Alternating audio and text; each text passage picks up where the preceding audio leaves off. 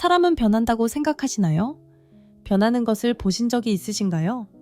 이미 많은 분들은 사람이 변한다는 말에 회의적입니다. 주변 사람의 잘못된 행동을 바꾸려 했다가 바뀌기는커녕 데이고 상처받기만 하고 손해만 봤던 경들이 다 있으시기 때문일 겁니다. 사람은 정말 변하지 않는 것일까요? 오늘은 여러분과 함께 반드시 인연을 끊어야 하는 9가지 부류의 사람에 대해 함께 알아보겠습니다. 첫 번째, 처음에는 작은 약속부터 어긴다. 우리 주변을 살펴보면 처음에는 살살 눈치를 봐가면서 작은 약속부터 어기는 사람들이 있습니다.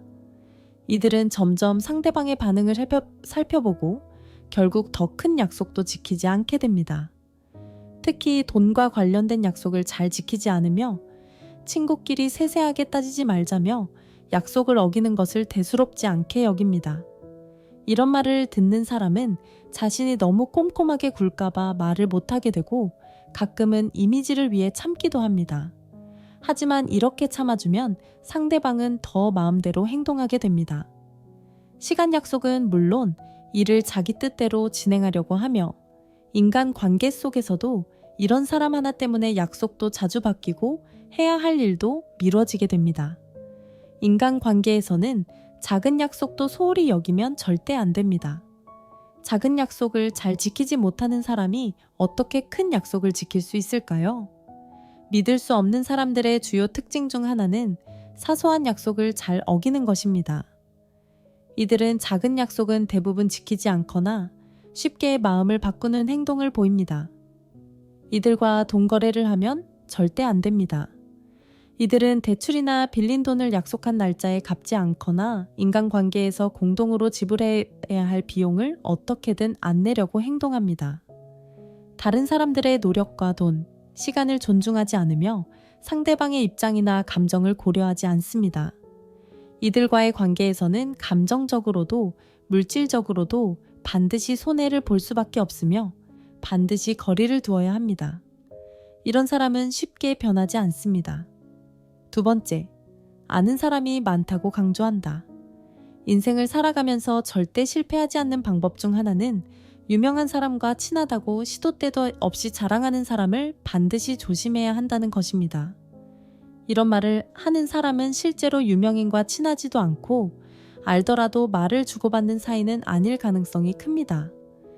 내가 아는 사람이 있는데 도와줄 테니까 필요하면 말해.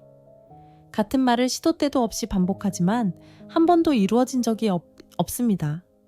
실제로 이들이 말한 사람을 만나려 하면 무슨 핑계를 대서라도 거절합니다. 이들은 유명한 사람과 찍은 사진이나 명함을 보여주며 자신을 증명하려 하지만 이는 누구나 얻을 수 있는 것입니다. 이런 행동은 자신의 부족함을 감추기 위해 외부의 힘을 빌리려는 것입니다.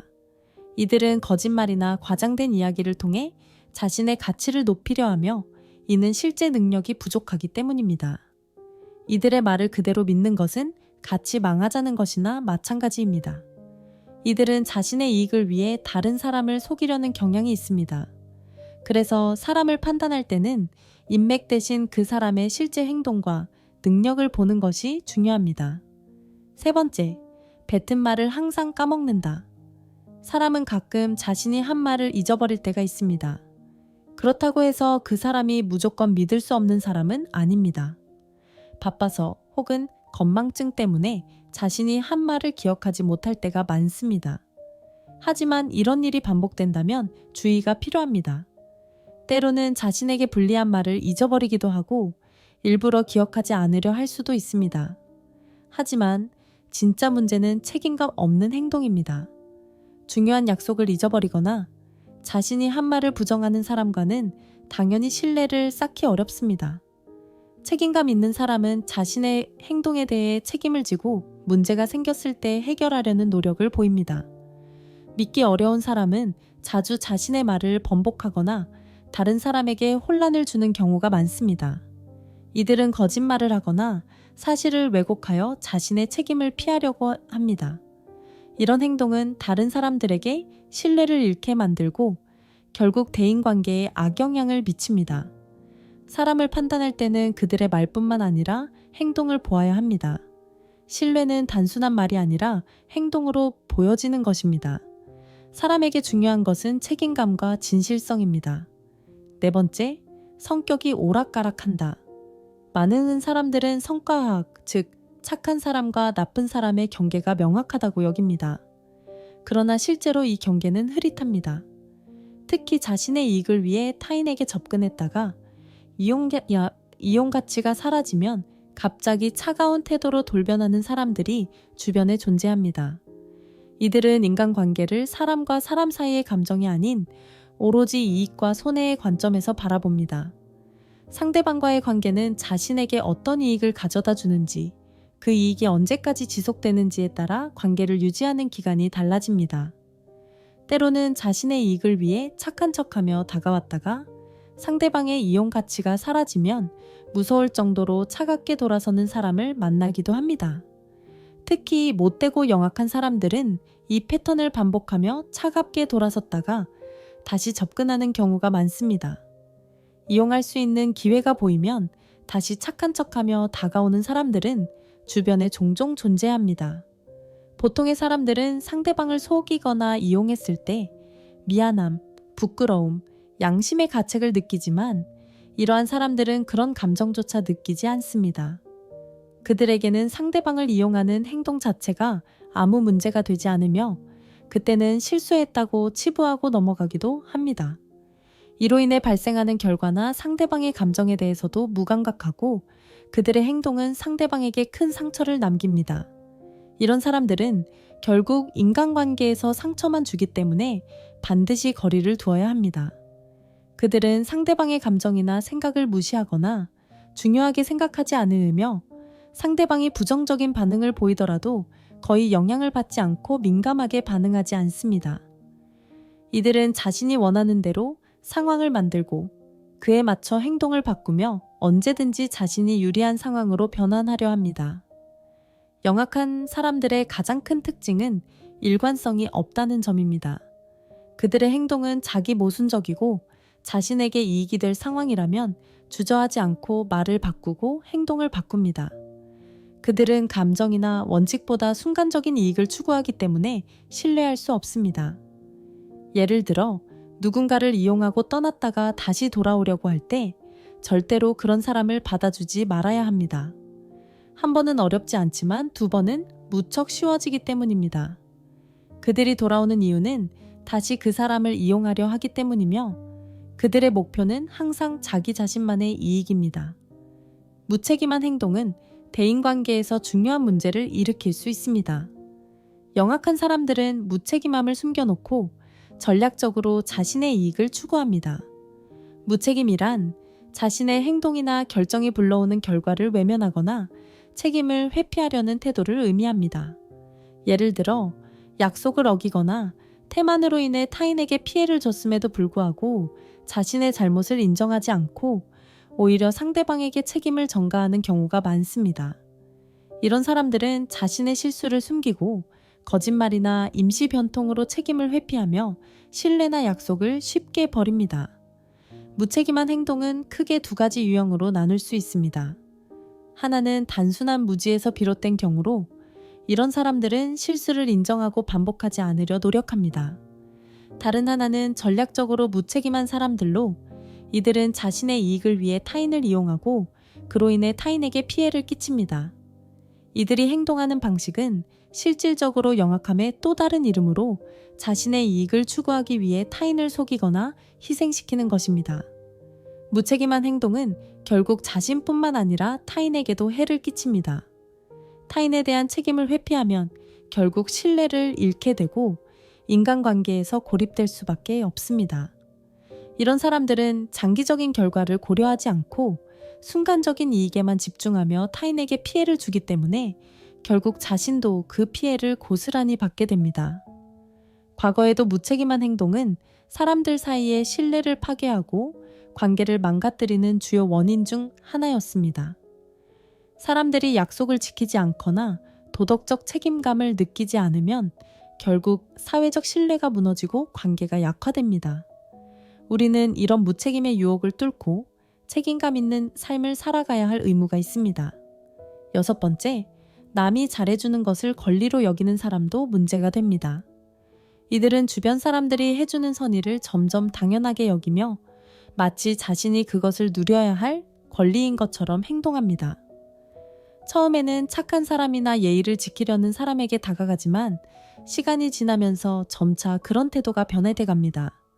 이러한 사람들은 상대방이 잘해주지 않으면 예의가 아니라는 죄책감에 빠져서 거절하지 못하고 계속해서 잘해주는 경우가 많습니다. 이 경우 착한 사람도 시간이 지나면서 상대방의 선의를 당연한 것으로 여기게 됩니다.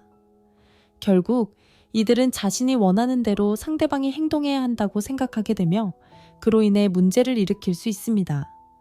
이러한 태도를 계속 무시하면 상대는 지쳐서 화가 나게 되며 결국 감정적인 갈등이 일어날 수 있습니다.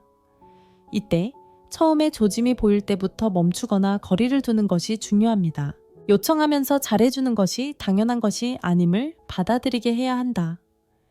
만약 이미 오래된 관계라면 자신의 어려움과 심정을 부드럽게 이야기하면서 상대의 변화를 요청하는 것이 좋다. 상대는 갑작스러운 변화에 당혹해할 수 있고 화를 낼 수도 있다. 원래 하던 대로 해줬으면 좋겠다고 하거나 갑자기 변하면 너무 힘들다고 자신의 어려움을 토로할 수도 있다. 하던 대로 하면 상대방은 편하겠지만 이런 타협은 받아들이면 곤란하다. 잘해주면 권리로 여기는 사람들과의 인간관계를 다루기 위해서는 명확한 경계를 설정하는 것이 필요하다. 처음부터 그런 태도를 보일 때 선을 넘지 않도록 해야 하며 상대방이 도움을 당연하게 여기기 시작할 때 이를 지적하고 바로잡는 것이 중요하다. 이를 통해 상대방이 자신의 행동을 돌아보게 해야 한다.